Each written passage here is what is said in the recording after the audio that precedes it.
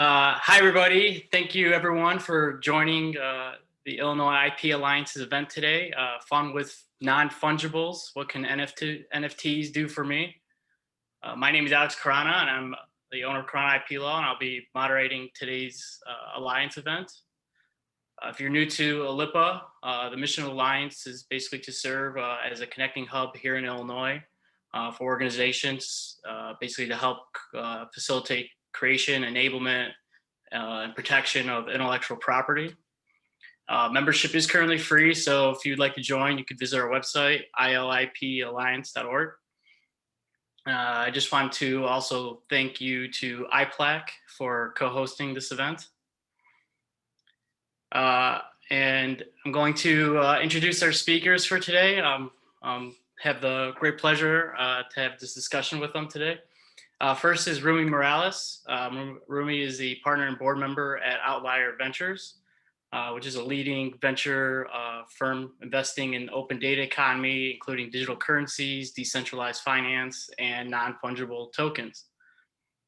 She previously led the venture arm of the CME Group in Chicago, where she pioneered investments by large financial institutions in blockchain, AI, and quantum computing.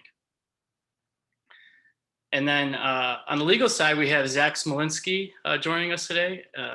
Zach is a principal at Smolinski Rosario Law and a patent attorney, having a focus in IP, transactional, and mergers and acquisition law. He has a strong interest in emerging technologies and does a lot with cloud service contracts. They will also introduce themselves as well. They have great experience in this NFT and blockchain area. So just want to say thank you to Rumi and Zach for joining this event and spending their time with us this hour. Thank you, Alex. Good to be here. Yeah, so during the session, I encourage anyone who's attending, if you have any questions, you can throw them in the question chat. I'll be monitoring the questions, and we'll try to answer them throughout the program today. So just want to say again, welcome everybody, and we can get started. And, you know, we were talking about asking a few questions to attendees, just getting a gauge of where you're at with blockchain crypto. So if you've bought any cryptocurrencies, you know, please say in the chat that you're familiar with buying.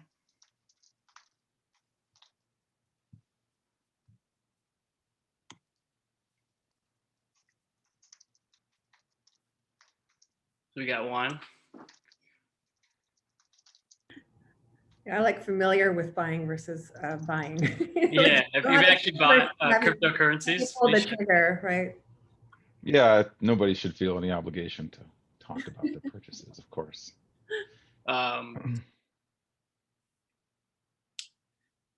Is anyone familiar with proof of stake or proof of work?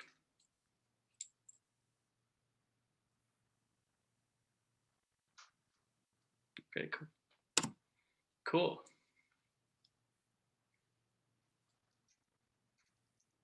All right, well, it looks like we got some familiarity with this emerging area. Why don't we get started? Rumi, since you're the industry person, you know, can you give us some background on, you know, what are NFTs? Yeah, sure. Let's dive right in. Thanks everyone for listening today. It's my pleasure to speak with you. As Alex mentioned, I am with Outlier Ventures, previously with the CME Group. That's when I first started again into this space. So since 2013 now, I've seen a very interesting evolution that's led us now to this point. So if I can take everyone through a quick history of how we ended up having fun with non-fungible tokens and where this began and why. The first thing I always like to stress is that this is not anything brand new. This continues just to be an evolution of peer-to-peer technologies like the internet. So if you think, and I think we all still do this, of opening your web browser and you see http://www.whatever, that P standing for Hypertext Transfer Protocol. Blockchain is just another protocol. But before with the internet, when you would send, say, an email or you open up a web page and you're getting information from that message on the protocol, What cryptocurrency and now NFTs are also showing is now rather than having just information, you can have a store of value. It can represent an economic store of value. So what Bitcoin was interesting, it was interesting with Bitcoin as opposed to email, for example. If you send one email and you CC people and you BCC people, one email turns into how many emails, right? Versus a Bitcoin, you should not turn $1 into how many dollars. So one Bitcoin always needs to be one Bitcoin, and it represented just that. What we're doing with an NFT is very similar. It's a store of digital value, but as opposed to it being exactly the same as every Bitcoin or another cryptocurrency, it represents a singular entity only. It's like being a digital certificate of authenticity. And that certification, that provenance, is recorded forever on a blockchain. For the most part, the Ethereum blockchain, which was perhaps the most, is the second well-known after Bitcoin's blockchain, well-known blockchain that's out there. Alex mentioned proof of work and proof of stake. It's currently a proof of work blockchain where there is a lot of mining, as it were, to be able to represent transactions on that chain that requires energy, which has a cost to it. So when we talk about what it takes to mint an NFT, keep in mind that it's actually not free and that you do have to pay to utilize the Ethereum blockchain. But note that the Ethereum chain is actually transitioning to a proof of stake model, which is more energy efficient for those of you who have heard criticisms of the energy usage in blockchains today. So now going just quickly into an NFT, and I realize I'm throwing all of this at you. Don't worry, we're going to take time to answer lots of questions, including why do people want to do this at all? But quickly, in terms of how to mint or how to get an NFT out in the wild, as mentioned, usually what happens is you will need an Ethereum wallet, someplace to actually purchase Ethereum. And then you'll probably go to one of these NFT market places. You may have heard of sites like OpenSea or Mintable or Rarible.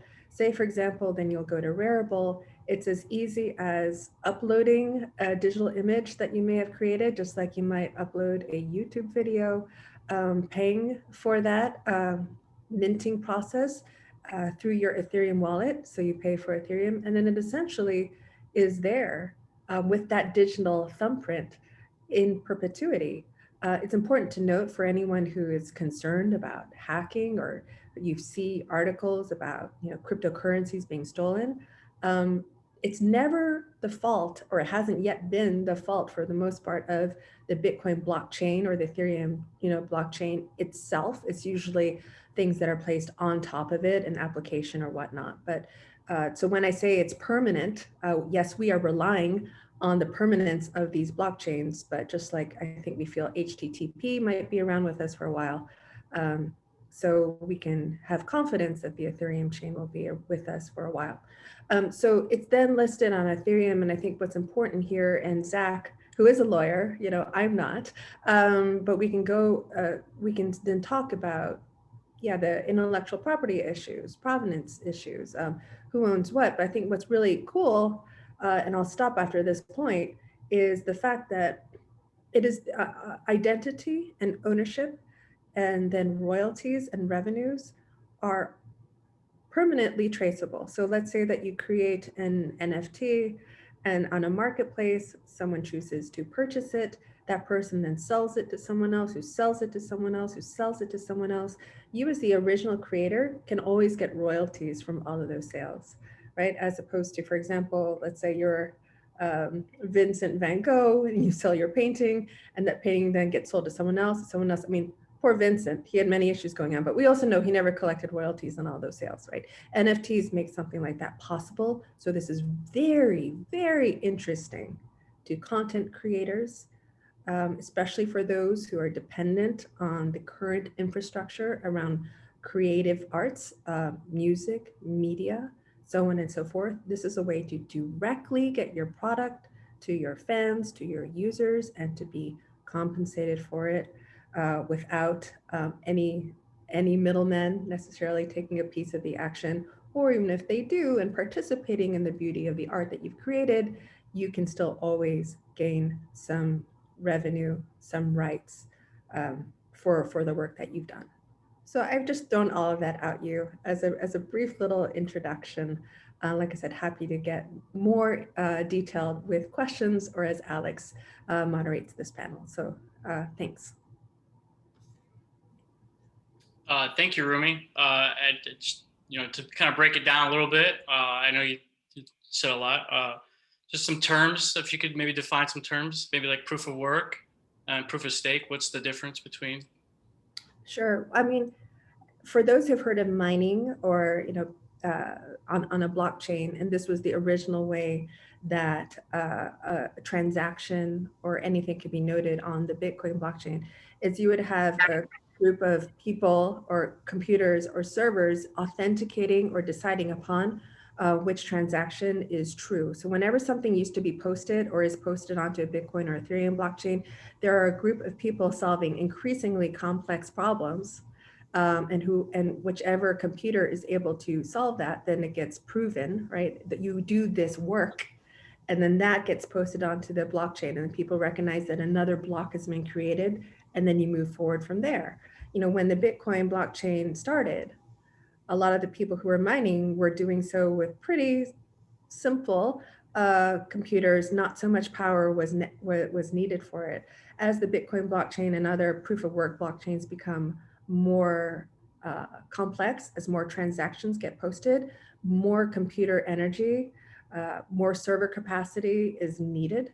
And so that's what's raising questions about the energy and the environmental sustainability around proof of work style blockchains versus proof of stake is a way to get consensus amongst the users of a blockchain that a transaction has occurred. It's less about people just battling it out with pure computer manpower to confirm any type of transaction or posting to a ledger, and more having an algorithm which dictates whether something is indeed true or not, and enough people can agree, right, that someone has taken a stake, has put a stake in the ground saying that this transaction is true and that you agree with it. There is another blockchain, I think, in the NFT space, which is important to know. Some of you might be familiar with a blockchain called Flow from Dapper Labs, for those who have seen the things around NBA Top Shot, which is a very popular NFT initiative, movement, whatever you want to call it, sponsored by the NBA. They're using Flow, which is a proof of stake blockchain. And I think in general, we see the universe moving that way, primarily because of the energy and environmental concerns around proof of work blockchains. Thank you. And now just one aspect of NFTs that caught my ear was the removal of the middleman and, perpetual royalties almost like, for artists. And so maybe that, if you can explain to our audience a little bit more about that, and then I pick on Zach after. Absolutely. And I know in current media and entertainment industries today, yes, you can have royalties flowing through to some artists, right? But not all. And it really depends on the contracts that are written when you originally get into whatever media negotiation you might want to be in. I forgot what television show I was thinking about. I think it was like Gilligan's Island or something, where Gilligan's Island aired for only 3 seasons. And you can think of everyone who's still watching this today. And did all the actors get compensated each time that it was ever thrown in syndication? No, they did not. Now, the lawyers for the Friends cast are probably a lot better to make sure that they're getting their royalties even today with how things are streaming on Netflix. What we're saying with NFTs from the start, it's from the beginning, once you create anything on the universe, it is very easy digitally to understand the ownership and who is the original creator, who is the original participant. And then you essentially program that in to the NFT so that anytime it is transacted, it's bought or sold, some of the royalties from that payment will go directly back to you. An important thing to note about why we're using the Ethereum blockchain rather than the Bitcoin blockchain or any other blockchain is Ethereum from the start was focusing on utilizing contracts, right, or smart contracts, self-executing autonomous contracts. So it makes it in ways a very useful protocol for something like NFTs, because of almost that contractual obligation to pay the creator, despite how many times in the future something may be bought or sold that they produced.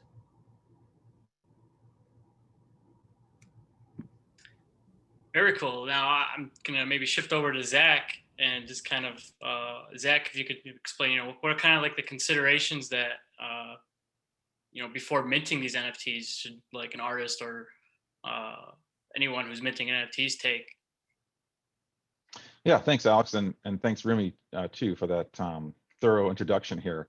I want to do the lawyer disclaimer first and say I'm not going to give any legal advice today, and I'll follow it up with some encouragement of the attendees to encourage some questions in the chat. So one of the things that happens with this topic is that it's quite complicated. There are legal complications, there are technical complications, and so for those of us who work in the space, sometimes we have a tendency to kind of get right to some technical details that may not be entirely known to everyone in the audience. So I see we have one question already in the chat, and I'm going to try to address that here. But Alex, to your point specifically, yeah, I want to talk about NFT and NFT legal concerns for the different parties involved in an NFT release. So that would be the producer, the artist, the person who's making the artwork.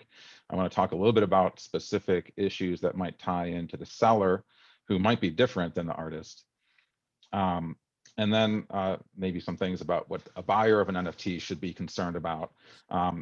And I also want to reach the question in the chat that already is there about third-party IP. I see there's a new questions about patent expiration, and so we'll get into those details, I think.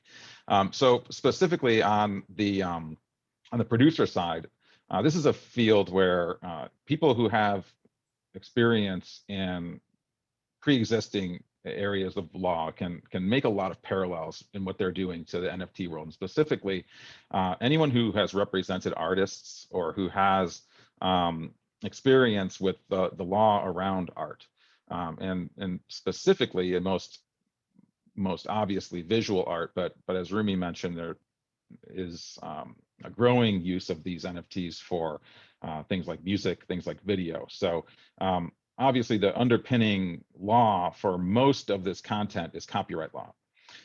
And while this topic of NFTs is new, copyright law is not. And one of the things that can happen in crypto generally, and certainly in this NFT space, is that there can be sort of a general consensus that forms saying, well, this is the Wild West, and so really anything goes. And that's really not the case. I mean, those of us who've been practicing copyright law in some capacity for a while know that the law is going to exist no matter what. And so when you're producing a piece of artwork, of course, generally speaking, if it's an original piece of work, that copyright attaches from the time that you create the work. But there are types of art that incorporate other people's works. So there's things like appropriation art or sampling in the music field. And so the same questions that are tied to sampling and issues of appropriation art and questions of fair use are going to pop up in NFTs as well. Now, it's relatively uncommon for artists to be super savvy with respect to the law. This is not a criticism of artists or of art generally. People go to art school in part because they don't want to go to law school, right? And so, but one of the things that can happen is that this can lead to sort of mass misperceptions.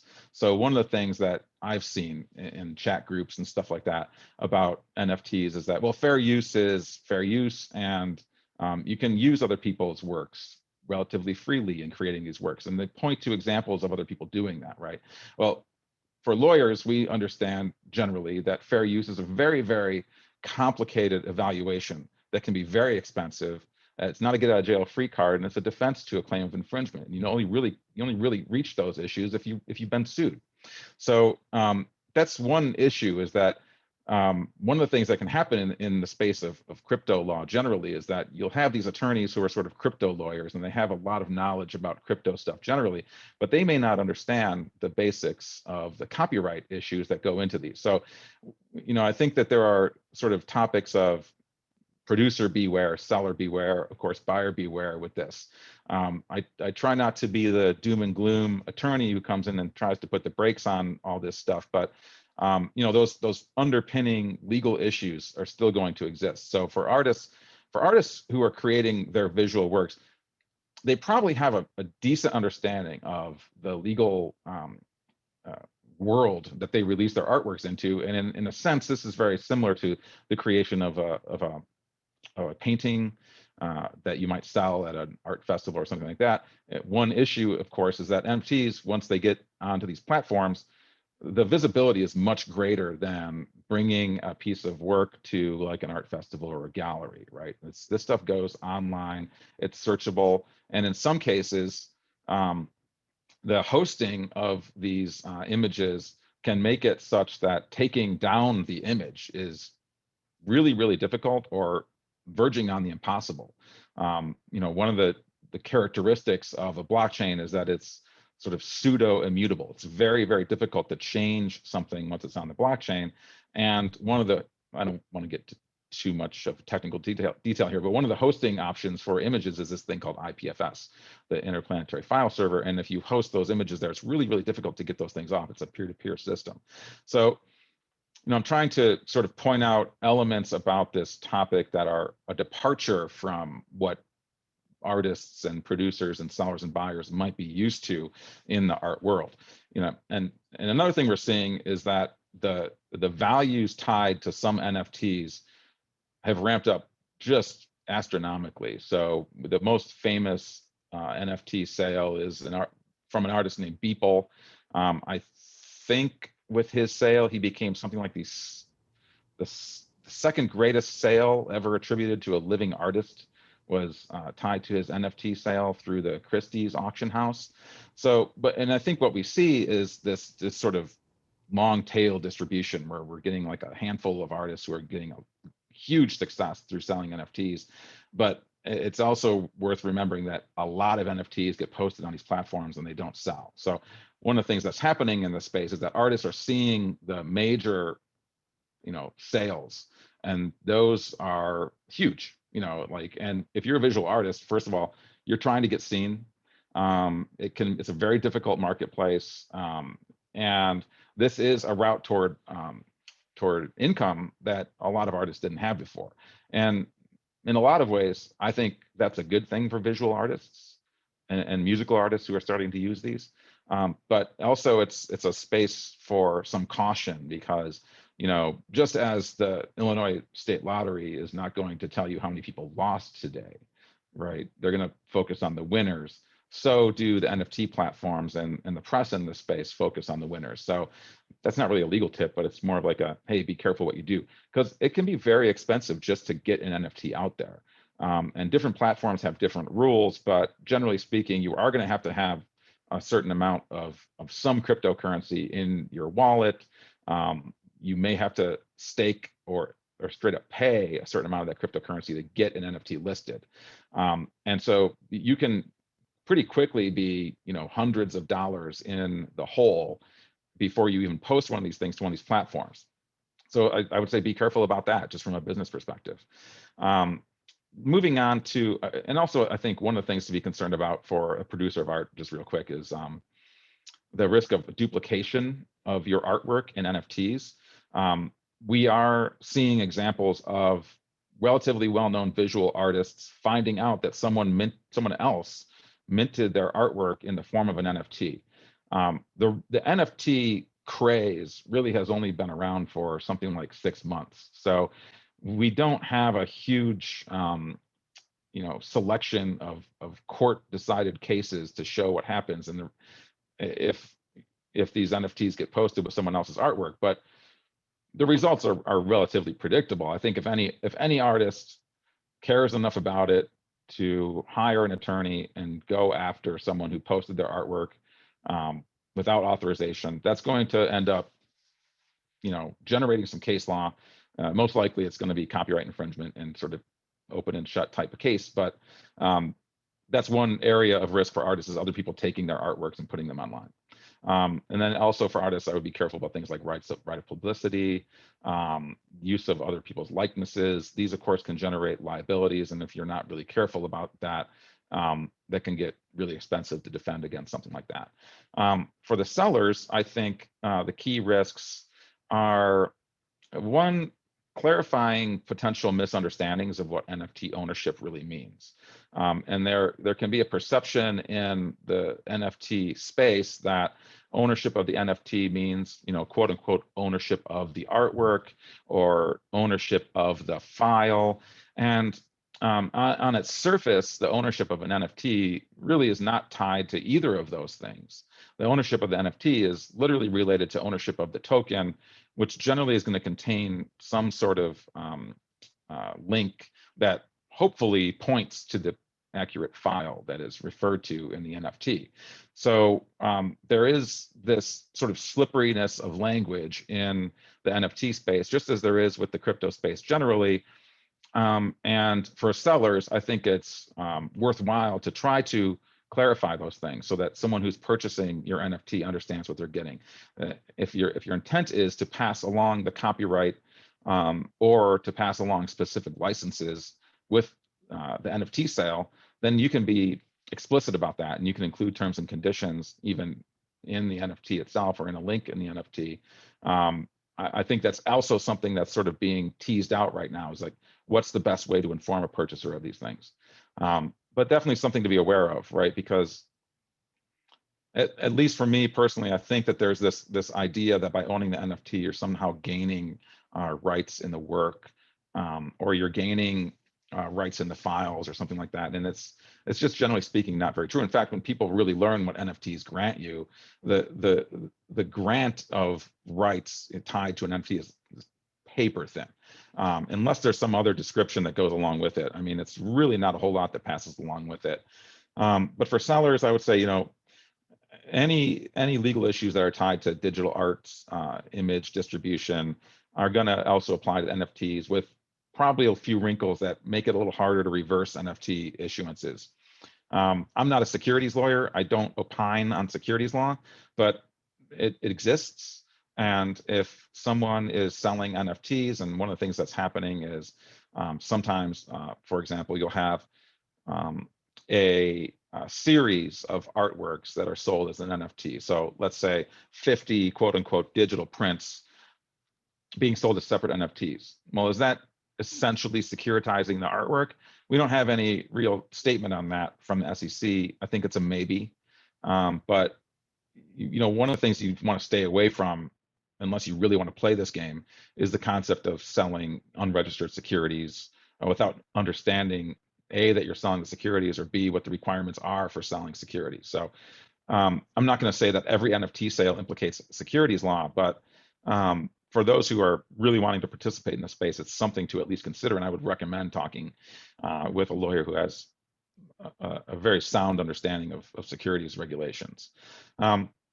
Also for the seller, I think, just from the sort of blocking and tackling aspect of this, every NFT platform, and Rumi mentioned a few of them, should have terms and conditions available that you can see what you're getting into. And so look at those. If you're wanting to work with artists and vend NFTs, understand what the platform is giving you and what they're not. Nobody likes to read terms and conditions, which is one of the reasons that lawyers exist. And so, take a look at those things, or have your lawyer do it. I feel like I'm talking a little too long here, but I'm going to wrap up here quickly. So from the buyer's perspective, buyer beware applies here. Understand what the rights are that you're getting in connection with the NFT. And, I think that the buyer's potential liabilities here are probably more limited than the potential issues that pop up for the producers of the artwork or the seller. But I think buyers might have to be careful about things like resale. If you have an NFT that clearly infringes someone else's work, do you want to be in the business of reselling that NFT? do you have any indemnity from the seller, or even in some cases from the artist? You know, it's possible to get indemnity from an artist saying, I created this work, or at least a representation or warranty saying, I created this work from whole cloth. Of course, you know, then ask, is that indemnity backed up by anything from the artist? An indemnity from an individual artist may not be super valuable. These are the topics that you would probably piece through on any sort of artwork sale. And also one of the things that we're seeing is sort of creative works being used by larger brands. So for larger brands who are going through this, I would encourage them, you know, make sure that you have asset ownership as you would with any sort of, you know, advertising or promotional campaign. And then of course, there's just separate sort of wrinkles that the NFT technology brings to the topic. I'll pause there, and I do see that there's some questions in the chat here, so thanks to the attendees for that. And Alex or Rumi, if I left anything sort of unsaid, or if we want to jump right into the questions, happy to do that. I was just gonna hop into the questions. I think you got that first one. The second one, do you think patent NFTs may maintain some value after patent expiration, especially for like famous patents? Yeah, I don't know. I guess it kind of goes into the question of like, is there an existing collector's market for, let's say, original letters patent issued by the patent office for famous patents? I think there is. And then I think the question is sort of like, well, will there be a secondary market for NFTs tied to those patents? I've sort of learned to never predict what might be valuable in this space, because if you had asked me 3 years ago, would sort of NFTs, which are these links to other files, would those gain a huge amount of value? I probably would have said no, and I clearly would have been wrong about that. You know, we did see an example a few months ago of someone actually trying to assign a patent via an NFT platform. And another thing I'll mention is that intellectual property ownership reflected on the blockchain has been talked about as a promise of blockchain technology for many years. And no platform has, as far as I know, really cracked the code. I think patents are a unique asset class, and they're an asset class that contains a lot of wrinkles that are, I think, pretty hard to take to a mass market. So it's an interesting question, but I think the question kind of goes, the answer would be like, probably yes, in a similar way that, say, having the original document of the first patent ever issued to Thomas Edison would be valuable. I mean, it'll have value if someone wants to buy it or sell it, right? That's the value. And if nobody wants to trade it, well, then it's a liquid and we'll see where it goes. I also see that question kind of similar to, and this isn't my world at all, but pharmaceuticals and drugs. And if you have something go generic, I mean, you're still going to be buying that. It's still out there in the wild. If somebody wants that, although I think the original value does diminish when that drug was first released, right? The other thing I just wanted to underscore, and as Zach was talking earlier, it really hit home for me personally, just being in this space, but sometimes I just want to clarify, it's an NFT. Don't forget, we're talking about ultimately N and F is just the adjective for the T. It's a token. So we're not talking about art, the value of the art itself. It's the token that's being bought or sold or created. And it may represent art. It might represent a form of media. But let's say, for example, you have a video of Tiger Woods from some PGA golf tournament and getting in like the 17th hole, and you put that as a video file in an NFT. That's not Tiger Woods, right? That's your token that's being traded, the ownership of it, the origin of it. And this, I think, goes to an earlier question around third-party IP in an NFT. It's separate from what we're actually talking about here. So we're talking about law, you're talking about ownership. You have to differentiate the content creator and where the content originally is and what it is itself versus the fact that we're just still talking about tokens, like a Bitcoin token, like any other token that's in the universe right now. Yeah, that's very well said, Rumi. Yeah, definitely. I was just going to ask, build off that, like, where do you see, like, what industry, like, where do you see NFTs playing out in the industries and maybe in like the marketplace? And we have like a question here. Is there going to be like any like a connection with the physical artworks to the NFTs? How Yeah, do you see that, like that already. growing? Yeah. Yeah, there already are. So at Outlier Ventures, for example, we are investors in a company called Ouroboros, which is the first digital fashion couture fashion house that's out there, creating digital fashions in NFT form that you can also wear physically if you want to. And they were just featured in London Fashion Week. Increasingly, we're seeing, just like for those who have heard about DeFi, decentralized finance, bridging into centralized finance, we're seeing NFTs bridging into real world commerce. Sneakers is a big area for this as well. It's funny, but I think fashion is something where, because it is imminently physical, right, and tangible, you can wear it.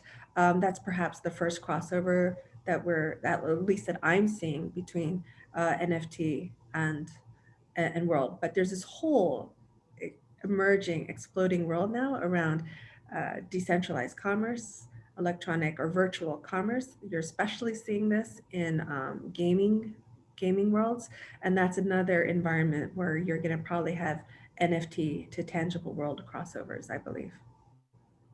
Yeah, I've noticed. I've seen a lot of gaming talk with NFTs. How do you see that play out? I know that like there's talk maybe an NFT for a skin in one game could be transferred and sold in other games. Absolutely. And luckily, my two kids are still too young to get too much lost into the world of online gaming. But even for, for young teens today who are playing multiple platforms, like it is so much, you spend a lot of time, for those parents on there, or maybe people right now are spend a lot of time gaming, and you want to be able to take what you've earned and put it onto other platforms, right? And this is increasingly something that is being developed in the gaming worlds, especially as it's not just about battling like star destroyers or anything like that anymore. You're talking about real world or real commerce, huge transactions they're being taken place online, and that you want to be able to port your history, your skills, everything that you've earned from one gaming store into another, and perhaps even redeeming them for physical goods. Very cool. I think Zach, maybe you even mentioned like World War Warcraft, all the players trying to sell. Yeah, it's hard to say what direction this all might go in. I'm a pretty serious video gamer and have been for my whole life. So I do pay attention to kind of what's going on in the gaming world. One thing I saw this week is that there's I guess it's fair to call it an NFT based video game. It's called Axie Infinity. I don't know much about the game, but I saw that they processed something like $20 million worth of transactions in a single day. Now, again, I haven't looked into it too much, so I don't know what the gameplay is all about or how that works in.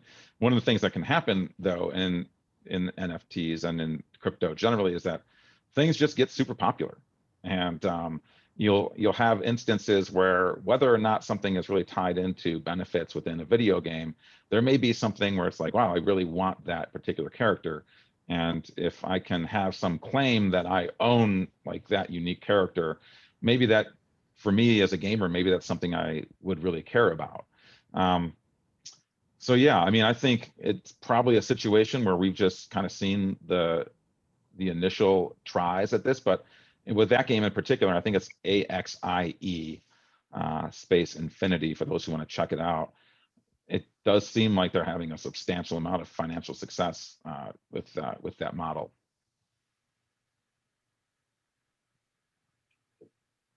Very cool. There are also like models with like maybe Rumi, about the Decentraland and virtual reality. How is that playing with like NFTs or? Yeah, a lot. And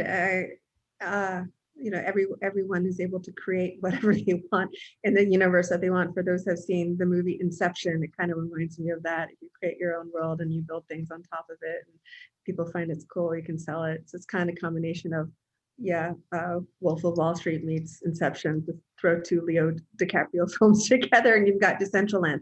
But there are also, there's a company as well that Outlier invested in called Superworld, and this is rather than creating your own universe out there in the wild, you're actually mapping the real world of our Earth, right? So if you go to, for example, to Times Square, and you've got the Superworld app, maybe one of your friends is like, and this goes, I think, to Matt Kelly's question around tangible forms. On Superworld, you can mint NFTs and give, say, maybe like a Coca-Cola to your friend if they go to a certain area in Times Square and they tell you to pick it up there. And maybe you're able to transfer that into something that's, take your virtual NFT and redeem it for a real Coca-Cola there in Times Square if you want to. So whether it's Decentraland, whether it's Superworld, whether it's a number of these kind of digital universes, there's a lot of NFT development that's being done there. The other thing I would say less about just purchasing things is advertising. I think increasingly people will be using NFTs again for just advertising the fact that they can buy something in the real world, and maybe there's some type of connection. Again, I think about this with the sneakers as well. And I'm not saying I realize I'm not saying this elegantly, but the point is there's going to be a lot of economic commerce driven by NFTs that tie into the real world, even if they begin in these virtual Decentraland Superworld type environments. I know that with the physical, I've even seen the Golden State Warriors sell off commemorative digital versions of commemorative rings for their NBA championships, and then also provide the physical version of the rings to the first purchaser. Right. I've seen NFTs given for people who attend conferences and so on and so forth. And we can get into, I think there's some important regulatory questions that are being here in the chat that I'd like to dig into, and would love Zach's feelings on too. But I think what you're also seeing here right now is just like a lot of, whether it's hype or people just trying to jump on a fad bandwagon right now, the question is, what is the value of this stuff going to be for the long term? Yeah, a digital ring, if you win the NBA championship, is one thing versus just, hey, I went to this conference in Miami a couple months ago. What is the value of that NFT going to be for your participation?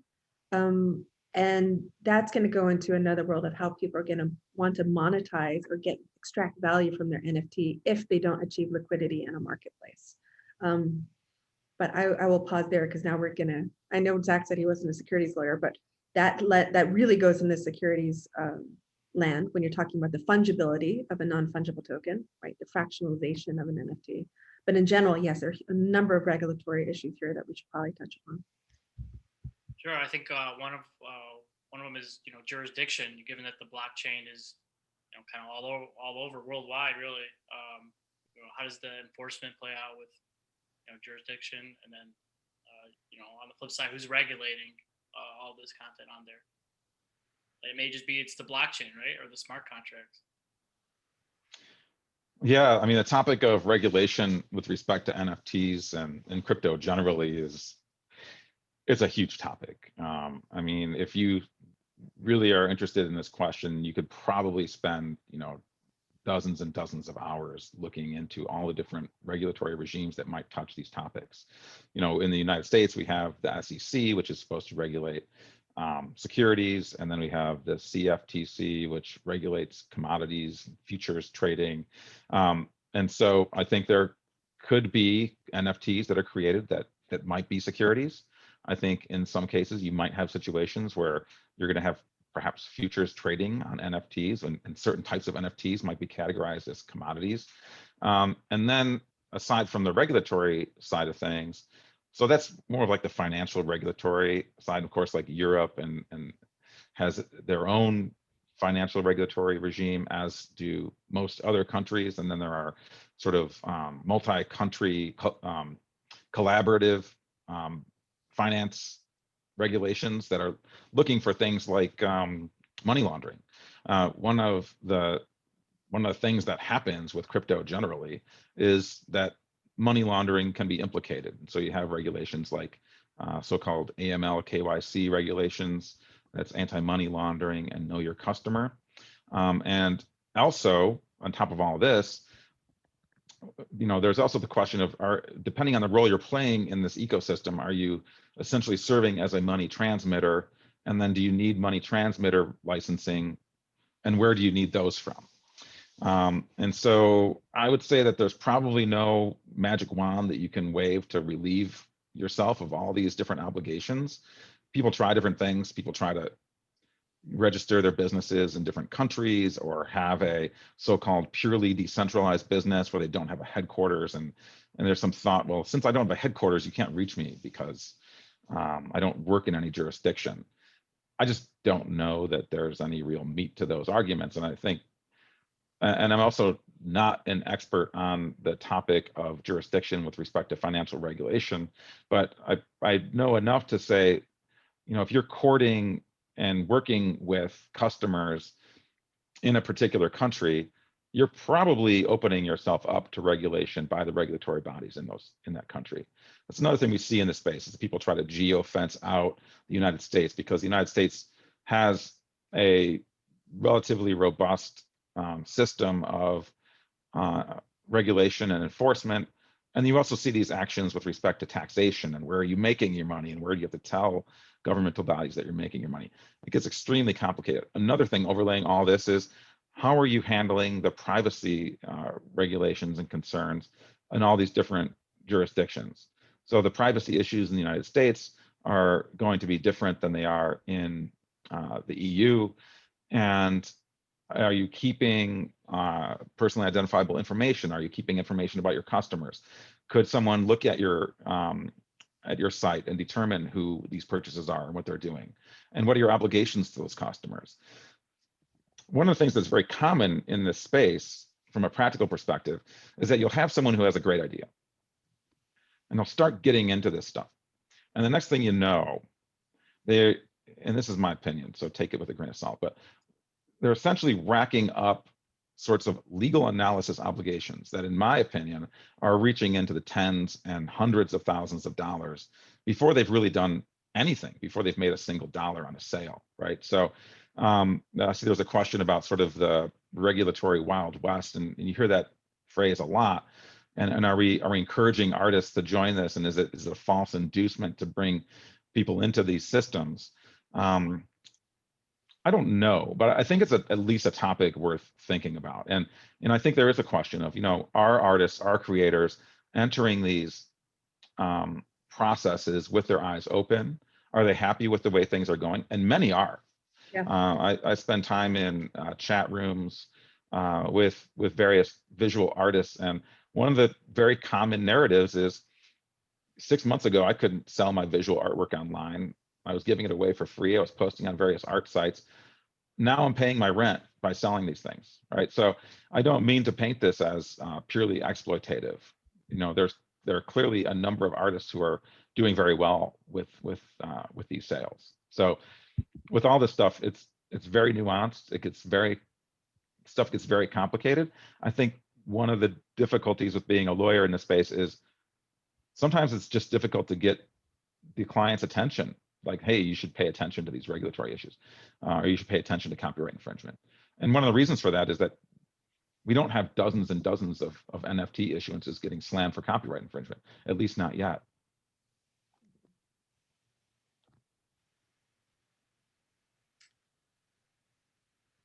Very interesting. Let me go see, make sure we've gotten all the questions.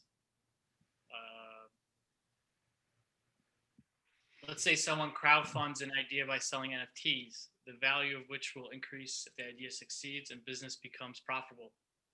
Is that crossing the line to securities law?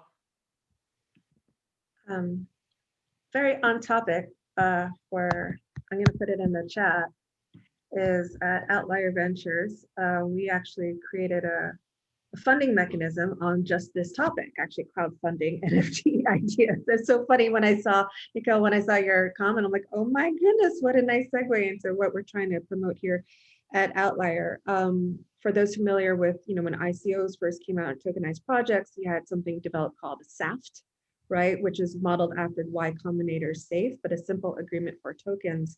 At Outlier, we recognize that was created for a token world, but in order to fund NFTs, you probably need a another type of funding mechanism specific for the NFT space. So we've created the nifty SPA, the NFT Simple Purchase Agreement. Now, is this going to have a securities law regulatory issues?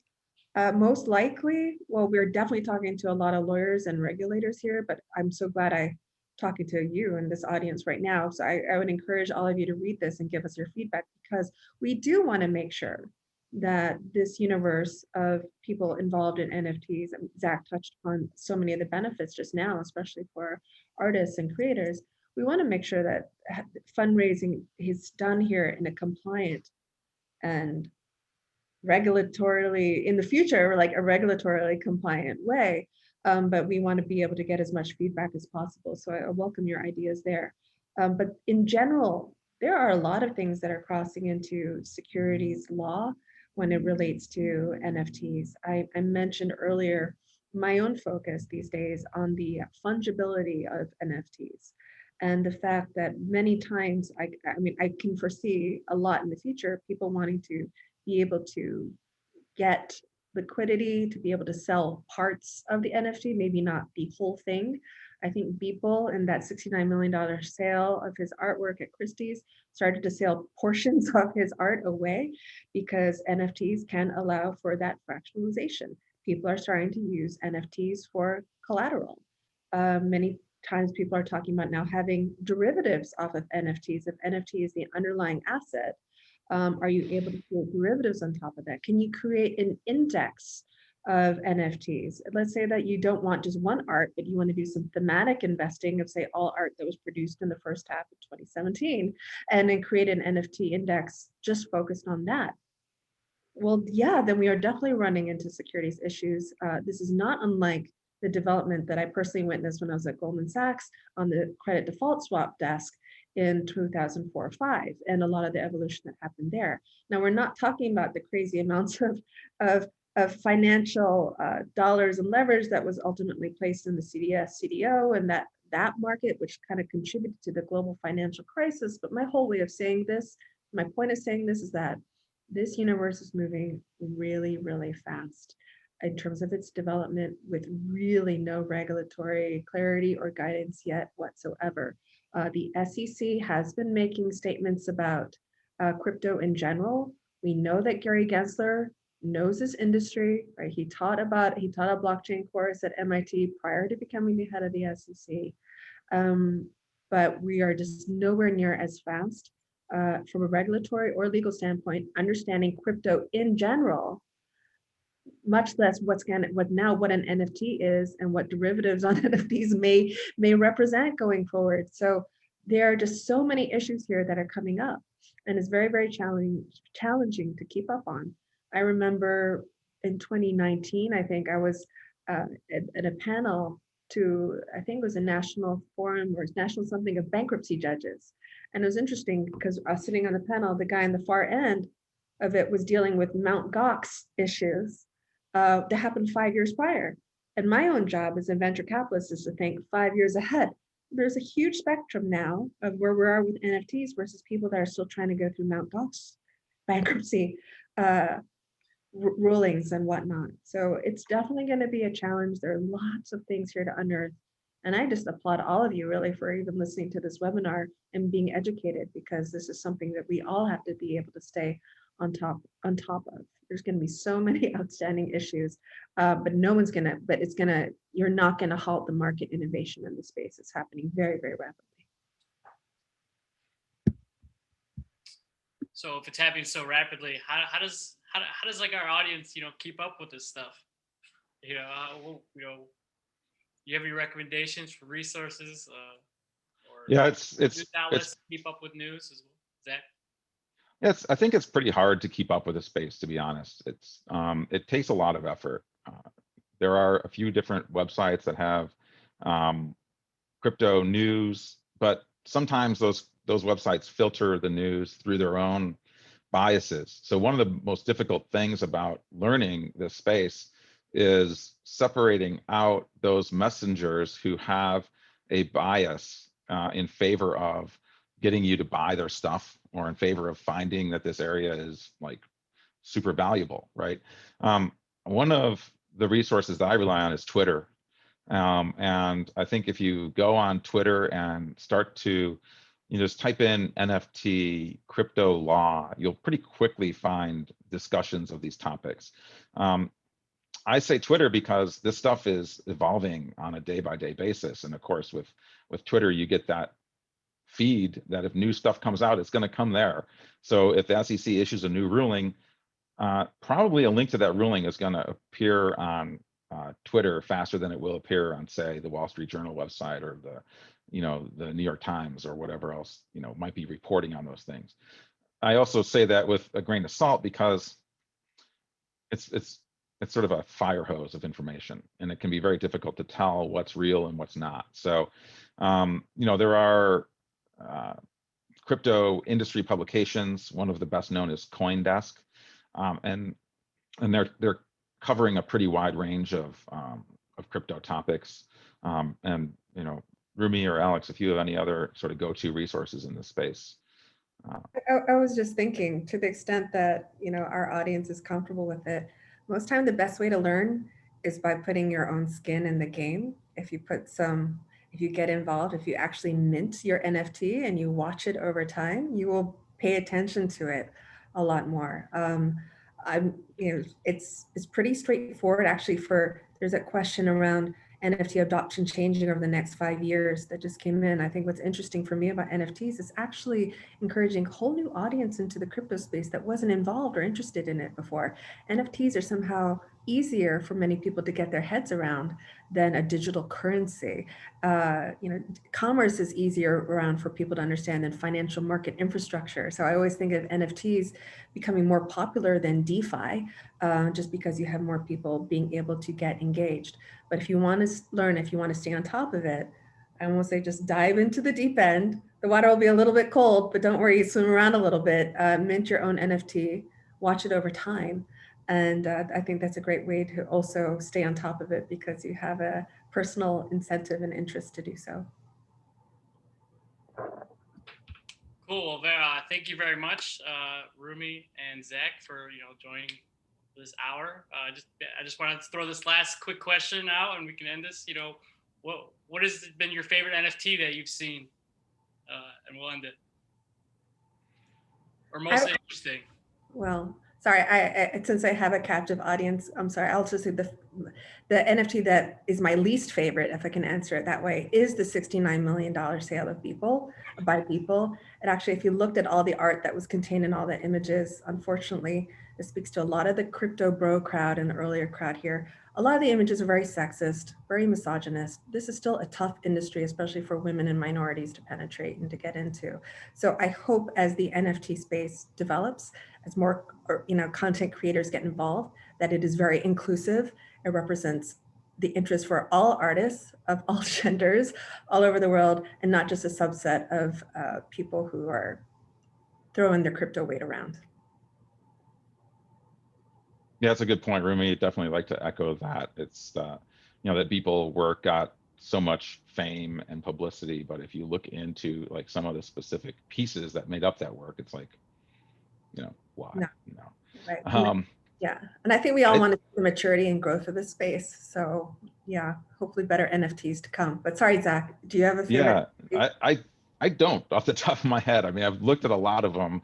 One of the things that can happen is you look at so many of them and it's like they get a little numbing because these platforms have so much content on them. So for me, looking at it from kind of a legal perspective, it's been difficult for me to say like, wow, that particular image really jumped out at me. And